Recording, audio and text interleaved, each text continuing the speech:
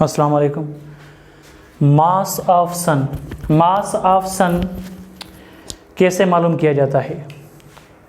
How to find mass of sun. हम practically mass of सन को मालूम नहीं कर पाएंगे। We can not find out the mass of sun practically by an experiment, but we can do the experiment on the other things so that we can make equivalent quantities so that we can find out the mass of sun. But exactly we have no any device or any instrument that we will use that and we can find the mass of sun. So we have no any choice of practical equipment for the direct measurement of mass of sun. So यहाँ पर हम direct तो नहीं मालूम कर पाएंगे। यहाँ पर हम क्या करेंगे? यहाँ पर हम मास ऑफ सन को मैथमेटिकली मालूम करेंगे। और मैथमेटिकली कैसे मालूम किया जाता है मास ऑफ सन को, वो देखें। फ़र्ज़ कर लें कि ये हमारे पास सन है। हमें तो पता है कि ये इसके अराउंड अर्थ रोटेट कर रही है। सन से लेकर अर्थ तक, सन के सेंटर से अर्थ के सेंटर तक वाला जो डिस्टेंस होता है उसको कहा जाता है radius of sun. That is 1.94 into 10 power 1.49 into 10 power 11 metres. ये हमारे पास रेडियस ऑफ सन है। इस रेडियस को आप याद कर लें जैसे हमने रेडियस ऑफ अर्थ को याद कर लिया था। ये अर्थ इसके अराउंड इसके सर्कुलर ऑर्बिट में रोटेट कर लेती है। और इसकी रोटेशन किस वजह से होती है? क्योंकि ये जो सन है इसको सेंट्रीपिटल फोर्स मुहैया करता है, सेंट्रीपिटल फोर्स। पर अगर कोई पूछे कि भाई ये सेंट्रीपिटल फोर्स क्यों लगाता है सन, तो इसका जवाब हम क्या देंगे कि ये जो अर्थ है इसका अपना मास है m(e) और ये जो सन है इसका अपना मास है m(s). Every mass attracts every other mass in this universe, therefore they attract each other, and due to this kind of the force centripetal force is formed, due to which earth is rotating.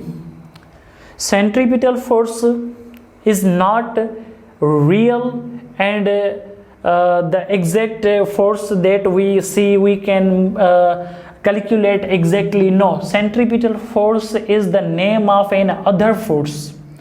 Centripetal force उसी force को कहा जाता है जो force rotate करवाता है किसी चीज को। और यहाँ पर रोटेट कौन करवा रहा है? ग्रेविटेशनल फोर्स, क्योंकि मास और मास के बीच में अट्रैक्शन होगी। इसी ग्रेविटेशनल फोर्स को हम नाम क्या देंगे? Centripetal force. So this is the centripetal force which is equal to the gravitational force. And यहाँ पर हमने देखा एक बात जानी कि सेंट्रीपिटल फोर्स की जो इक्वेशन थी वो इक्वेशन उस सेंट्रीपिटल फोर्स की थी। सेंट्रीपिटल फोर्स खुद एग्जिस्ट नहीं करता। सेंट्रीपिटल फोर्स हर उस फोर्स का नाम होता है जो फोर्स रोटेट करवाता है किसी चीज को। यहाँ पर ग्रेविटेशनल फोर्स रोटेट करवा रहा है, तो यहाँ पर मैं क्या करूँगा? मैं ग्रेविटेशनल फोर्स को सेंट्रीपिटल फोर्स के बराबर कर दूंगा और यही पास्चुलेट हमें काम आएगा। और इसी असम्पशन को हम इस्तेमाल करके मास ऑफ सन मालूम कर पाएंगे। यहाँ पर देखें, जो चीज़ रोटेट कर रही है उसका सेंट्रीपिटल फोर्स कैसे मालूम किया जाता है? Mass of that particle which is rotating, speed of that particle square divide by the radius from the center to that particle, that is radius of sun, and square over the quantity. यहाँ पर देखें gravitational force is equal to g m divide by radius of sun square. एक mass यहाँ पर सन का है और दूसरा मास अर्थ का है। ये दोनों क्वांटिटीज कैंसिल हो गई। आगे देखें, यहाँ पर जी m1 m2 upon are square. एक चीज़ हमने और थोड़ी मिस्टेक कर दी, यहाँ पर आर स्क्वायर नहीं होता, सिर्फ आर होता है। सेंट्रीपिटल फोर्स की जो इक्वेशन है वो that is M V square upon R. There is no any power over the R. In this equation there is the power over the R and this is called squared power, and therefore एक R इस R S में cancel हो जाएगी, एक R S इस R S में, क्योंकि दोनों डिवाइड में है ना, कैंसिल हो जाएंगी। अब क्या होगा? यहाँ पर जी एम एस और आर एस वहाँ पर ले आएँ तो आर एस वी स्क्वायर हो जाएगा। यहाँ पर ये जो वेलोसिटी है, ये वेलोसिटी इस अर्थ की है, वेलोसिटी नहीं स्पीड कहा जाएगा इसको। ये जो स्पीड है ये स्पीड अर्थ की है जो अर्थ को यहाँ ले जा रही है। इस स्पीड को कहा जाता है टेंजेंशियल स्पीड। और टेंजेंशियल स्पीड का जो फार्मूला होता है that is tangential speed is equal to radius multiply omega. So ये फार्मूला होता है इस टेंजेंशियल स्पीड का। और यहाँ पर देखें स्पीड को हटाकर हम लिख सकते हैं आर एस, स्पीड को हटाएं और लिखें आर ओमेगा, और यहाँ पर स्क्वायर है तो दोनों को स्क्वायर देना पड़ेगा। ये जो आर है ये आर एस लिखा जाता है क्योंकि radius of sun to earth है। यहाँ पर मास ऑफ सन डिवाइड में जी लिखेंगे। आगे देखें यहाँ पर क्या होगा, mass of sun is equal to R S cube हो जाएगा क्योंकि एक आर एस और दूसरी आर एस स्क्वायर।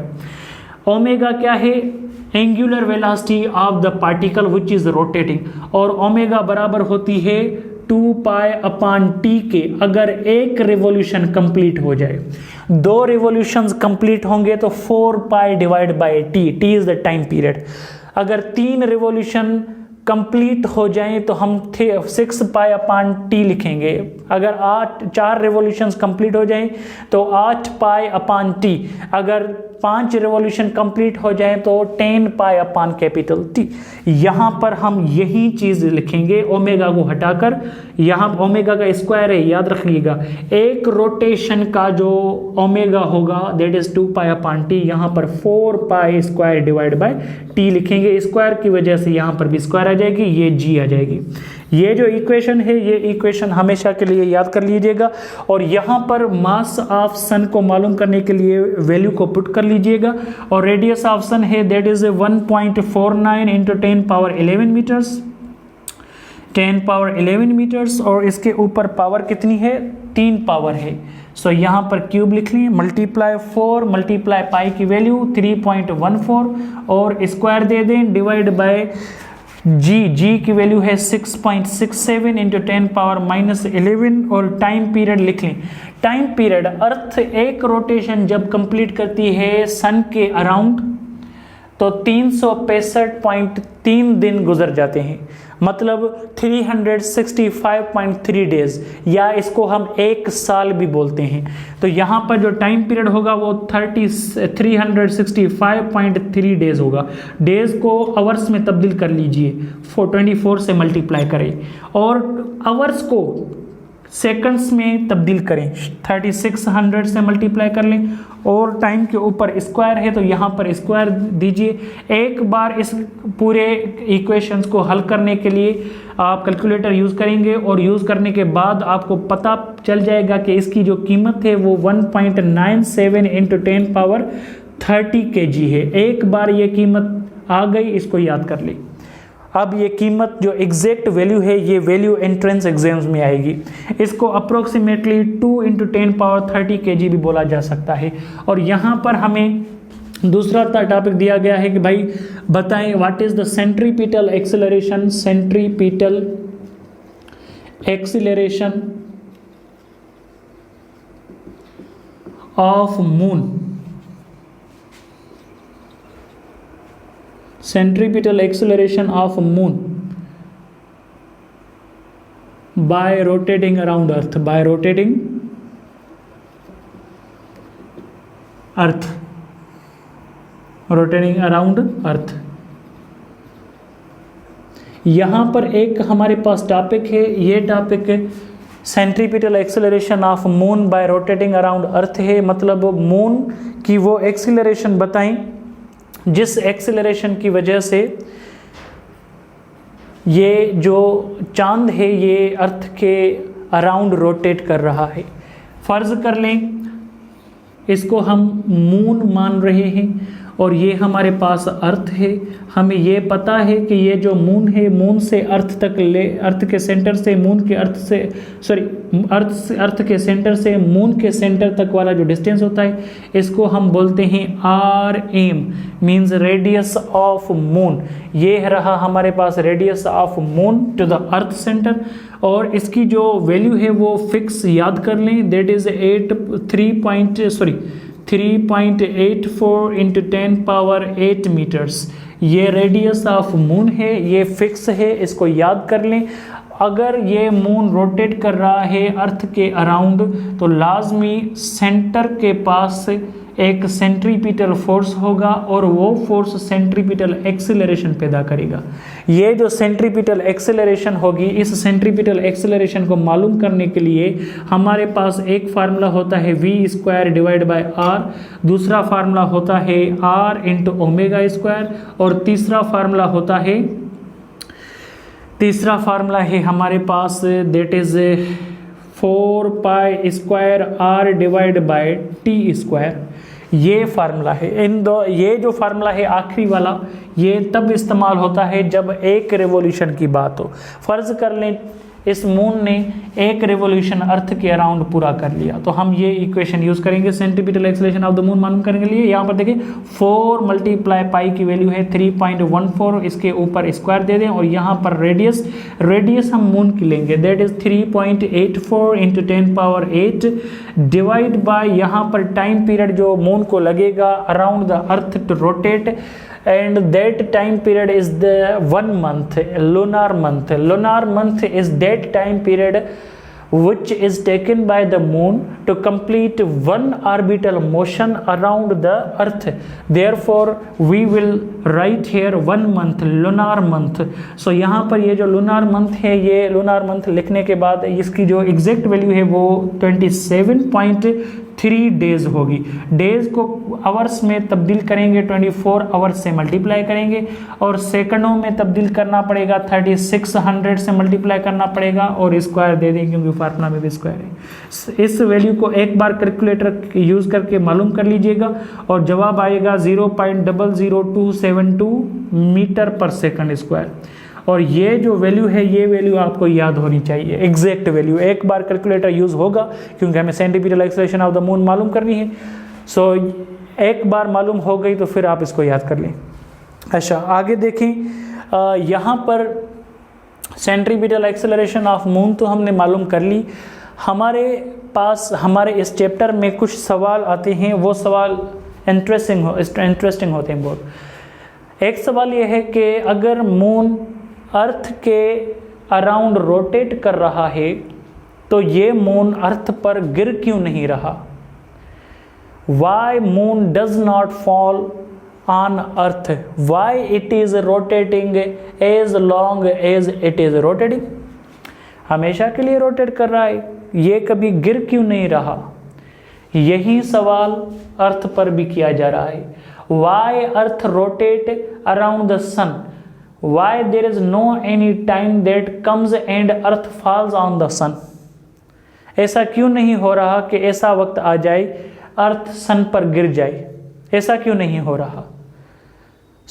ये सवाल एक इस ग्रेविटेशन चैप्टर का बहुत इंटरेस्टिंग होता है। अच्छा, दूसरा सवाल ये है कि ये जो चांद है, ये चांद अगर हम चांद पर चले जाएं तो हमें ये चांद अट्रैक्ट कर लेगा, तो इसकी अट्रैक्शन हमें 1.6 मीटर/सेकंड² मिलती है। अर्थ पर अगर हम खड़े रहें तो इसकी अट्रैक्शन होती है 9.8 मीटर/सेकंड²। चांद की अट्रैक्शन कम क्यों है? मून की अट्रैक्शन अर्थ से ज़्यादा क्यों नहीं है? दूसरा सवाल है ये। तीसरा सवाल ये है कि हमने ये पढ़ा हुआ है हर मास दूसरे मास को अट्रैक्ट कर लेता है। ठीक है, हर चीज़ का मास होता है। कोई भी चीज़ ऑब्जर्व करें और किसी भी चीज़ को सपोज करें, उसका मास होगा, और इसी मास के कारण किसी दूसरे मास को अट्रैक्ट कर लेगा। मास के अंदर कौन सी चीज़ होती है? अगर मास किसी दूसरे मास को अट्रैक्ट कर रहा है तो मास के अंदर ऐसी क्या चीज़ होती है जिस वजह से एक मास दूसरे मास को अट्रैक्ट कर लेता है? ये एक सवाल है। What is the basic reason that mass attracts other mass? अच्छा, एक और चीज़, अगर एक सवाल आता है, एक ऑब्जेक्ट दूसरे ऑब्जेक्ट के नज़दीक हो तो दोनों एक दूसरे को अट्रैक्ट कर लेते हैं। अगर ये एक दूसरे से जुदा हो जाएं तो अट्रैक्शन कम हो जाएगी, अगर एक दूसरे से और जुदा हो जाएं अट्रैक्शन और कम हो जाएगी। अब सवाल ये है, how far we make two objects so that their gravitational attraction becomes zero. Find out the distance at which the two objects having zero gravitational attraction. दो ऑब्जेक्ट्स के बीच में जो ग्रेविटेशनल अट्रैक्शन होती है, वो ग्रेविटेशनल अट्रैक्शन दूर करते जाएं तो कितनी दूरी पर ये अट्रैक्शन ज़ीरो हो सकती है। ये भी एक सवाल हुआ। ये सवाल सारे आप कॉपी में लिख लें जो भी मैं बता रहा हूँ, और दूसरा जो लेक्चर आएगा, नेक्स्ट जो लेक्चर आएगा, उसमें मैं बताऊँगा इनका ये जो पूरे के पूरे आंसर्स हैं along with the analytical reasoning. I will tell you the answers. Okay, एक दूसरा सवाल है, वो सवाल ये है कि समंदर में ये जो लहरें पैदा होती हैं, ये लहरें कौन पैदा करता है। शांत एक समंदर है, खामोश समंदर होता है, पर उस समंदर में लहरें पैदा करने का काम कौन करता है। तो इसका जवाब आपको मिल जाएगा, वो जवाब बहुत आसान है, चांद। एक इससे रिलेटेड सवाल है कि चांद समंदर की लहरें कैसे पैदा करता है, और क्या सूरज भी समुंदर की लहरें पैदा करने का काम करता है या नहीं करता। और एक दूसरा सवाल, वो सवाल ये है कि यहाँ पर एक मास दूसरे मास को अट्रैक्ट जब करता है, एक मास दूसरे मास को अट्रैक्ट करता है, तो अट्रैक्ट करने के लिए एक मास दूसरे मास को फोर्स लगाता है, दूसरा मास पहले मास को फोर्स लगाता है। ये जो फोर्स एक मास से दूसरे मास तक जाता है, दूसरे मास से पहले मास तक आता है, ये फोर्स ऑन द स्पॉट पहुंचता है या कुछ टाइम लेता है पहुंचने के लिए। When two masses are placed in front of each other, they attract each other with a force of gravitational attraction. This gravitational force is instantaneous or time delay. Time पर मुश्तमिल है या उसी वक्त लग जाता है। अच्छा, आखिरी सवाल ये, दो मासेस हों हमारे पास, एक छोटा मास एक बड़ा मास, दोनों को साथ में रखें, दोनों एक दूसरे को अट्रैक्ट करेंगे, ठीक है। जैसे सन अर्थ को अट्रैक्ट कर लेता है, अर्थ सन को अट्रैक्ट कर लेती है, तो अर्थ ही सन के अराउंड क्यों रोटेट करती है,